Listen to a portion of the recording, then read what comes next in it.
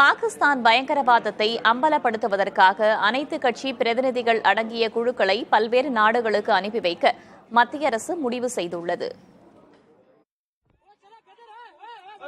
கடந்த மாதம் பஹல்காம் பகுதியில் நடத்தப்பட்ட பயங்கரவாத தாக்குதல் சம்பவம் பெரும் அதிர்வலைகளை ஏற்படுத்திய நிலையில் அதன் தொடர்ச்சியாக ஆபரேஷன் சிந்தூர் நடவடிக்கை மூலம் பயங்கரவாதிகளின் முகாம்களை இந்திய ராணுவத்தினர் ஒழித்தனர்.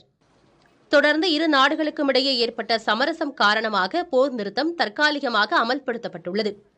இந்நிலையில் பாகிஸ்தான் பயங்கரவாதத்தை அம்பலப்படுத்துவதற்காக அனைத்து கட்சி பிரதிநிதிகள் அடங்கிய 7 குழுக்களை மத்திய அரசு அமைத்துள்ளது. இந்த குழுக்கள் ஐநா பாதுகாப்பு கவுன்சிலின் உறுப்பு நாடுகளுக்கு பயணம் மேற்கொள்ள உள்ளதாக தெரிவிக்கப்பட்டுள்ளது. இதில் காங்கிரஸ் மூத்த தலைவர் சசி தரூர், திமுகவைச் சேர்ந்த கனிமொழி கருணாநிதி, பாஜகவின் ரவிசங்கர் பிரசாத், ஐக்கிய ஜனதா தளம் கட்சியின் சஞ்சய் குமார் ஜா, பாஜகவின் பைஜெயந்த் பாண்டா, சரத்பவாரின் தேசியவாத காங்கிரஸ் கட்சியைச் சேர்ந்த சுப்ரியா சுலே, சிவசேனா கட்சியின் ஸ்ரீகாந்த் ஏக்நாத் ஷிண்டே ஆகியோர் தலைமையில் 7 குழுக்கள் அமைக்கப்பட்டுள்ளன. இக்குழுக்களில் இந்த 7 பேர் தலைமையின் கீழ் பல்வேறு கட்சிகளைச் சேர்ந்த 30 பேர் இடம்பெறுவார்கள் என்று தெரிவிக்கப்பட்டுள்ளது.